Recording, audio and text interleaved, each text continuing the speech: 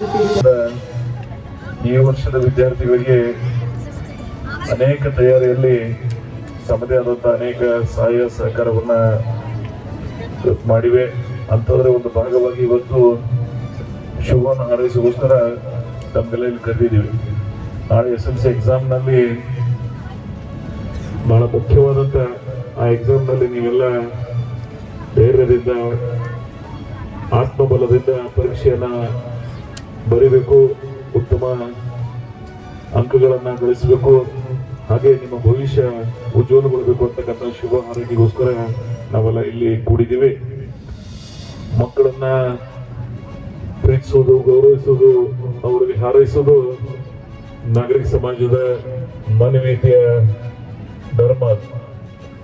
ಮಕ್ಕಳಲ್ಲಿ ದೇವರು ಅಂತ ಹೇಳಿ ಕಾಣ್ತೀವಿ ನಾವೆಲ್ಲ. ನಮ್ಮ ಪೂರ್ವಜರು ನಮ್ಗ ಸಂಸ್ಕಾರ ಕೊಟ್ಟಿದ್ದಾರೆ. ಪ್ರತಿ ಮಗುವಿಗೆ ಅಕ್ಕರೆಯಿಂದ ಹೃದಯಾಂತರದಿಂದ ಅವ್ರನ್ನ ಪ್ರೀತಿಸ್ತಕ್ಕಂಥ ಸಂಸ್ಕೃತಿ ಈ ದೇಶದ ಸಂಸ್ಕೃತಿ. ಅದು ಅದರ ಭಾಗವಾಗಿ ಕಳೆದ ಸಲ ವಿಶೇಷವಾಗಿ ನಮ್ಮ ಜಿಲ್ಲೆಗೆ ಒಂದು ಕಪ್ಪು ಚುಕ್ಕೆ SSLC ರಿಸಲ್ಟ್ ನಲ್ಲಿ ಅತಿ ಕಡಿಮೆ ಇಡೀ ಕರ್ನಾಟಕದ 31 ಜಿಲ್ಲೆಯಲ್ಲಿ ಲಾಸ್ಟ್ ಬಟ್ ಒಂದಲ್ಲಿ ನಾವಿದ್ದೀವಿ. ಬಹುತೇಕ ಮ್ಯಾಗಿನಿಂದ ನೋಡ್ಕೋತ ಹೋದ್ರೆ ಬಹಳ ಲೇಟ್ ಆಗ್ತದೆ ಹೇಳಿ ಕೆಳಗಿನಿಂದ ನೋಡುವಾಗ ನಮಗೆ ಮೊದಲನೇ ಸ್ಥಾನ 2ನೇ ಸ್ಥಾನ ಸಿಗ್ತದೆ. ಆದ್ರೆ ಈ ಸಲ ನಮ್ಮ ವಿದ್ಯಾರ್ಥಿಗಳಿಗೆ ಅದನ್ನ ಬರಬಾರ್ದು ಅಂತೇಳಿ ಕೋವಿಡ್ ಒಳಗೆ ಇಡೀ ಕರ್ನಾಟಕಕ್ಕೆ ಬಹಳ ದೊಡ್ಡ ಹೆಸರು ನಮ್ಮ ಜಿಲ್ಲೆಗೆ ಬಂದಿತ್ತು. ಅದನ್ನಷ್ಟೇ ಕೆಲವೇ ದಿನಗಳಲ್ಲಿ ಅದನ್ನ ನಶಿಸಿ ಹೋಗಿತ್ತು. ಸೊ ಮತ್ತೆ ಅದನ್ನ ಪ್ರತಿಷ್ಠಾಪಿಸಬೇಕು, ಮಕ್ಕಳಲ್ಲಿ ಆ ಒಂದು ಧೈರ್ಯವನ್ನು ತುಂಬಬೇಕು, ಅವರಿಗೆ ಎಲ್ಲ ತಯಾರಿಯನ್ನು ಮಾಡಿಕೊಡ್ಬೇಕು ಅಂತಕ್ಕಂಥ ಚಿಂತನೆ ಇಟ್ಟುಕೊಂಡು ಶಿಕ್ಷಣ ಇಲಾಖೆ ಮತ್ತು ಅನೇಕ ಜನರು ಇದಕ್ಕೆ ಸಹಾಯವನ್ನು ಮಾಡ್ತಾ ಇದ್ದಾರೆ. ಅದಕ್ಕಾಗಿ ನನ್ನ ಮಕ್ಕಳಲ್ಲಿ 2-3 ವಿಷಯಗಳನ್ನ ಬಹಳ ಕಳಕಳಿಯಿಂದ ಈ ಎಕ್ಸಾಮ್ ಅನ್ನ ನಾರ್ಮಲ್ ಆಗಿ ಯಾವುದೇ ಪರೀಕ್ಷೆ ಇರಲಿ, ಅದು ಜೀವನದ ಪರೀಕ್ಷೆ ಇರಲಿ ಅಥವಾ ಶಿಕ್ಷಣದ ಪರೀಕ್ಷೆ ಇರಲಿ, ಬಹಳ ನಿರಾಳತೆಯಿಂದ ಬಹಳ ನಿರ್ವಿಘ್ನವಾಗಿ ಆತ್ಮ ಸಾಕ್ಷಿಗೆ ಆತ್ಮಬಲದಿಂದ ಆ ಪರೀಕ್ಷೆಗೆ ನೀವೆಲ್ಲ ತಯಾರಿಯಾಗಿ ಆ ಪರೀಕ್ಷೆಯಲ್ಲಿ ಪಾಲ್ಗೊಳ್ಬೇಕು. ಮತ್ತು ಕ್ವಶನ್ಸ್ ನಿಮಗೆ ಅಂಡರ್ಸ್ಟ್ಯಾಂಡಿಂಗ್ ಆಯ್ತು ಅಂದ್ರೆ ಸರಿಯಾಗಿ ಬರೆದು ಇರ್ಲಿಕ್ಕಂದ್ರೆ ಸುಮ್ಮನೆ ಅದ್ರ ಬಗ್ಗೆ ಗ್ರಹಿಸಿ ಅದ್ರ ಯಾವುದಕ್ಕೂ ಸಹಿತ ಬಹಳ ಕಡೆ ನೋಡ್ತಿರ್ತೀನಿ ನಾನು, ಮಕ್ಕಳಲ್ಲಿ ಅಭದ್ರತೆ ಕಾಡ್ತಿರ್ತದೆ. ಈ ಸಲ ನಾನು ರಿಸಲ್ಟ್ ಫೇಲ್ ಆದಂದ್ರೆ ಮುಂದೆ ಹೆಂಗಂತೇಳಿ, ಈ ರಿಸಲ್ಟ್ ಫೇಲ್ ಆದ್ರೆ ಬಹಳ ಅವಕಾಶಗಳು ತಯಾರು ಮಾಡಿದಾರೆ ಸರ್ಕಾರ. ಯಾವ ಮಕ್ಕಳಿಗೂ ಆತ್ಮಸ್ಥೈರ್ಯನ ಕುಂದಬಾರದು ಅಂತಕ್ಕಂಥ ಚಿಂತನೆ ಇಟ್ಕೊಂಡು 1 ವರ್ಷ ಕೈಯುವುದೇನಿಲ್ಲ, ಮತ್ತೊಮ್ಮೆ ನಿಮಗೆ ಎಕ್ಸಾಮ್ ಬರ್ತದೆ. ಸೊ ಅದಕ್ಕೆ ಆ ಧೈರ್ಯ ಬಿಡ್ತಕ್ಕಂಥ ಪ್ರಯತ್ನ ನೀವು ಮಾಡಬೇಡಿ. 3ನೇದು ತಯಾರಿ ಹೆಂಗಿರ್ಬೇಕು ಅಂದ್ರೆ ನಿಮ್ ಇಡೀ ಎಕ್ಸಾಮ್ನೊಳಗ ಪರೀಕ್ಷೆಯನ್ನ ಯಾವ ರೀತಿ ನಿಮ್ ಕ್ವಶನ್ಸ್ ಬಂದಿರ್ತಾವ, ನೀವು ಅಭ್ಯಾಸ ಮಾಡಿರ್ತೀರಿ, ಅದಕ್ಕೆ ಇನ್ನೊಂದಿಷ್ಟು ಮೈಂಡ್ ಫ್ರೀ ಆಗಿ ಅದರ ಉತ್ತರವನ್ನು ಬಿಡಿಸ್ತಕ್ಕಂಥ ಒಂದು ಪ್ರಯತ್ನವನ್ನು ಮಾಡಿ ನಿಮ್ಮ ಶಿಕ್ಷಕರುಗಳು, ನನ್ನ ಅನುಭವದ ಪ್ರಕಾರ ಈ ಸಲ ಬಹಳ ಇಡೀ ಜಿಲ್ಲೆಯಲ್ಲಿ ಎಲ್ಲ ಕಡೆ ನಾನು ಗಮನಿಸ್ತಾ ಇದ್ದೇನೆ, ಶಿಕ್ಷಣ ಇಲಾಖೆ ಬಹಳ ವಿಶೇಷವಾದಂತ ಮುಂತರ್ಜೆಯನ್ನು ವಹಿಸಿದೆ. ಅವರ ಏನ್ ಹೇಳಿದ್ದಾರೆ ಅದನ್ನ ತಯಾರಿ ಮಾಡಿಕೊಂಡು ಆರಾಮಾಗಿ ಎಕ್ಸಾಮ್ ಅನ್ನ ನೀವೆಲ್ಲ ಬರೀಬೇಕು ಅಂತಕ್ಕಂಥ ಮಾತನ್ನ ಹೇಳಿ, ನೀವು ಕಲಿತಿರ್ತಕ್ಕಂಥ ಶಾಲೆಗೆ ಗೌರವ ರೀತಿಯಲ್ಲಿ ಈ ಎಕ್ಸಾಮ್ ನಲ್ಲಿ ನೀವೆಲ್ಲ ಪಾಲ್ಗೊಳ್ಬೇಕು ಅಂತಕ್ಕಂಥ ಮಾತನ್ನ ನಾನು ಹೇಳಿ ಬಹಳ ಹೆಚ್ಚಿಗೆ ಮಾತಾಡೋಣ. SSLC, PUC, ಡಿಗ್ರಿ ನಿಮಗೆಲ್ಲ ಉನ್ನತ ವ್ಯಾಸಂಗಕ್ಕೆ ಹೋಗ್ಲಿಕ್ಕೆ ಇದೊಂದು ಮೊದಲನೇ ಹೆಜ್ಜೆ. ಈ ಹೆಜ್ಜೆಯಲ್ಲಿ ನೀವು ಸಾಧನೆಯನ್ನ ಗೈಯಬೇಕು.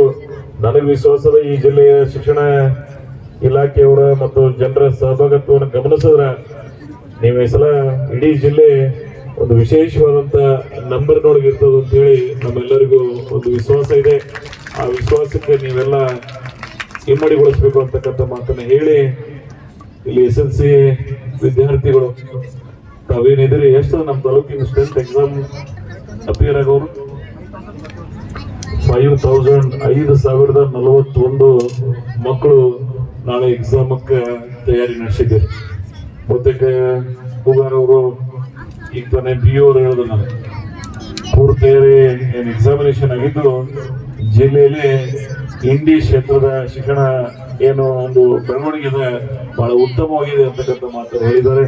ಅದಕ್ಕೆ ನಾನು ಅಭಿನಂದನೆಗಳನ್ನು ಸಲ್ಲಿಸ್ತೀನಿ. ಈಗಾಗಲೇ ನಿಮ್ಮ ಪರ್ಫಾರ್ಮೆನ್ಸ್ ಅನ್ನ ತೋರಿಸಿದ್ರಿ ಪ್ರಿಲಿಮಿನರಿ ಹಂತದಲ್ಲಿ, ಅದನ್ನ ಆನ್ಯುವಲ್ ಎಕ್ಸಾಮ್ ನಲ್ಲಿ ನೀವೆಲ್ಲ ಮಾಡಬೇಕು ಅಂತಕ್ಕಂಥ ಮಾತನ್ನ ಹೇಳಿ, ಒಟ್ಟಾರೆ ಈ ಭಾಗದ ಶೈಕ್ಷಣಿಕ ಪ್ರಗತಿಗೆ ಈ SSC ರಿಸಲ್ಟ್ ಏನೋ ಒಂದು ಕಳಂಕ ತಟ್ಟಿದೆ, ಅದನ್ನ ಹೋಗಲಾಡಿಸ್ಲಿಕ್ಕೆ ನಾನು ಆ ಭಗವಂತನಲ್ಲಿ ಪ್ರಾರ್ಥನೆ ಮಾಡಿ, ಕೆಲವೇ ದಿನಗಳ ಹಿಂದೆ ಈ ಕಾರ್ಯಕ್ರಮ ಬಂದಿದ್ದೆ ನಾನು ಈ ಕ್ಯಾಂಪಸ್ನಲ್ಲಿ. ಆಂಜನೇಯ ಮಾಜಿ ಸಮಾಜ ಕಲ್ಯಾಣ ಸಚಿವರು, ಇವು ದಶವಂತ ಕುಟುಂಬದವರಿಗೆ, ಸಂಸ್ಥೆಯವರಿಗೆ ಬಹಳ ದೊಡ್ಡ ಸಹಾಯವನ್ನು ಮಾಡಿ ಇವರಿಗೆ ಬಂದು ಮೊನ್ನೆ ತಮ್ಮ ಪ್ರೀತಿ ವಿಶ್ವಾಸವನ್ನು ತೋರಿಸಿದ್ದಾರೆ. ನಾನು ಅವತ್ತು ಬಂದಿದೆ, ಇವತ್ತು ಸಹಿತ ಅಂಬೇಡ್ಕರ್ ಅವರ ಸ್ಟ್ಯಾಚ್ಯೂ ಆಗಿರ್ಬೋದು, ತಾಯಿ ಸರಸ್ವತಿ ಮಾತೆಯ ಸ್ಟ್ಯಾಚ್ಯೂ ಆಗಿರ್ಬೋದು, ಇಡೀ ಶಾಲೆಯ ಗೋಡೆಗಳ ಮೇಲೆ ಇತಿಹಾಸವನ್ನ ಪರಿವರ್ತನೆ ಮಾಡ್ತಾ ಇರ್ಬೋದು, ಸ್ವಾಮಿ ವಿವೇಕಾನಂದರ ಗ್ರಹಿಸುವುದಾಗಿರ್ಬೋದು, ಅನೇಕ ಪೂಜ್ಯರ ಭಾವಚಿತ್ರಗಳನ್ನ ಇಲ್ಲಿ ಕಾಣುವಂತದ್ದಾಗಿರ್ಬೋದು. ಒಟ್ಟಾರೆ ಈ ಪರಿಸರ ಶೈಕ್ಷಣಿಕ ಪ್ರಗತಿಗೆ ಬಹಳ ಅನನ್ಯ ವಾತಾವರಣ ಸೃಷ್ಟಿ ಮಾಡಿದ್ದಾರೆ. ಬಹಳ ಸಾಮಾನ್ಯ ಕುಟುಂಬದಲ್ಲಿ ಜನಿಸಿ ಒಂದು ಉತ್ತಮ ಶಿಕ್ಷಣ ಸಂಸ್ಥೆಯನ್ನು ಸ್ಥಾಪನೆ ಮಾಡಿ ಈ ಭಾಗದ ಮಕ್ಕಳಿಗೆ ಶಿಕ್ಷಣದ ಸಹಾಯವನ್ನು ಮಾಡ್ತಾ ಇದ್ದಾರೆ. ಅದಕ್ಕಾಗಿ ಅವ್ರಿಗೆ ಇನ್ನೊಂದಿಷ್ಟು ಒಳ್ಳೆಯದಾಗಲಿ ಅಂತ ಹೇಳಿ ಹಾರೈಸೋಸ್ಕರ, ಮತ್ತು ಇವತ್ತೇನು ಇಡೀ ಶಿಕ್ಷಣ ಇಲಾಖೆ ಟೀಮ್, ಇದು ಇಡೀ ಟೀಮ್ ಪ್ರಯತ್ನ ಇದೆ, ಎಫರ್ಟ್ಸ್ ಆಗಿರ್ತದೆ ಅಂದ್ರೆ ಪ್ರತಿಯೊಬ್ಬ ಶಾಲಾ ಶಿಕ್ಷಕರು ಮತ್ತು ಎಲ್ಲರೂ ಕೂಡಿ ಪ್ರಯತ್ನ ಮಾಡಿದಾಗ ಮಾತ್ರ ಆ ಯಶಸ್ಸಿಗೆ ಕಾರಣೀಭೂತಕ್ಕೆ ಸಾಧ್ಯ ಆಗ್ತದೆ.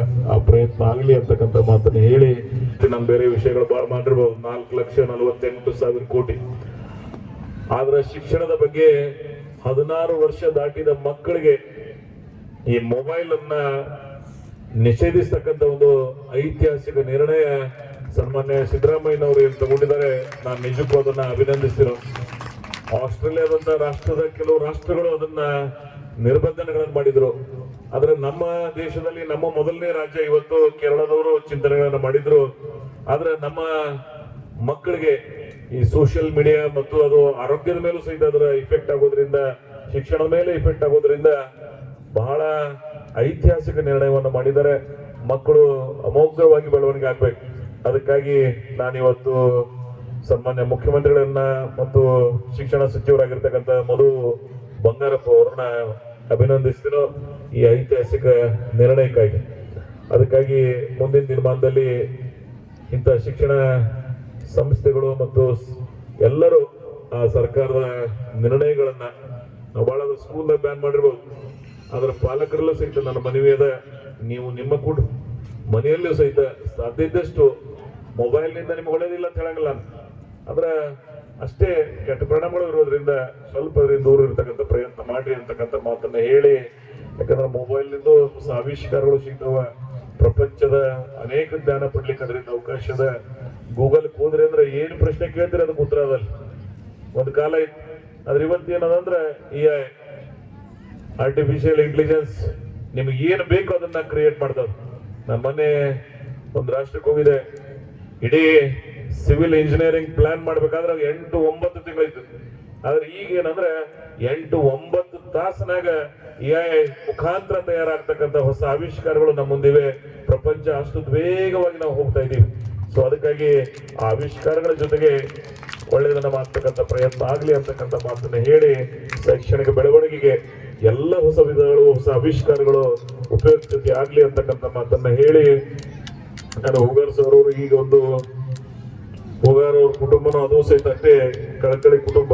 ನಂಜುಟಿಗೆಯಲ್ಲಿ ಇವ್ರ ತಂದೆಯವರು, ನಮ್ಮ ಚೇರ್ಮನ್ರು ಎಲ್ಲ ಬಹಳ 30-40 ವರ್ಷದ ನನ್ನ ಸುರುವಿನ ಜಡಿಪಿ ಇದ್ದಾಗ 25/625 ತೆಗೆದುಕೊಳ್ಳುವಂತೆ ಮಾತಾಡಿ ಅಂತ ಹೇಳಿದಾರೆ ಅವರು.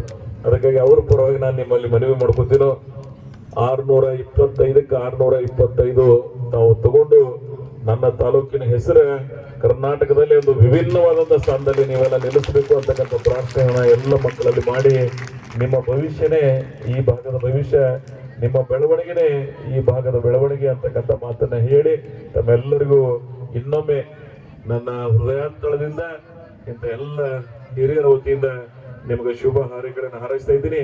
ನಿಮ್ಮ ಭವಿಷ್ಯದಲ್ಲಿ ಈ SLC ಎಕ್ಸಾಮ್ ನಿಮ್ಮ ಜೀವನದಲ್ಲೇ ನೆನ್ಪಿಡ್ತಕ್ಕಂಥ ಎಕ್ಸಾಮ್ ಆಗ್ಲಿ. ಇವತ್ತಿನಿಂದ ನಿದ್ದೆ ಬಂದಾಗ ಇಟ್ಟೆ ಅನ್ಕೋರಿ ಉಳಿದೆಲ್ಲ ಸಂದರ್ಭದಲ್ಲಿ ಅತಿ ಹೆಚ್ಚು ಅಧ್ಯಯನವನ್ನ ಮಾಡಿ ಅಂತಕ್ಕಂಥ ಮಾತನ್ನ ಹೇಳಿ ತಮ್ಮೆಲ್ಲರಿಗೂ ಶುಭವನ್ನ ಕೋರಿ ನನ್ನ ಕಾರ್ಯಕ್ರಮದ ಮಧ್ಯದಲ್ಲಿ ನಿರ್ಗಮಿಸೋದು ಸಭೆಯ ಸಂಪ್ರದಾಯ ಅಂತಕ್ಕಂಥ ಮಕ್ಕಳು ದೇವರು ಅಂತ ಹೇಳಿದೆ ನಾನು. ನಿಮ್ಮ ಎಲ್ಲರಿಗೂ ಆ ದೇವರು ಸಮಾನವಾಗಿರ್ತಕ್ಕಂಥ ಮುದ್ದು ಮಕ್ಕಳಿಗೆ ಒಳ್ಳೇದಾಗಲಿ ಅಂತ ಹೇಳಿ ನಾನು ಆಶಿಸಿ ನನ್ನ 4 ಮಾತುಗಳನ್ನು ಮುಗಿಸ್ತಾ ಇದ್ದೀನಿ. ಜೈ ಹಿಂದ್, ಜೈ ಕರ್ನಾಟಕ.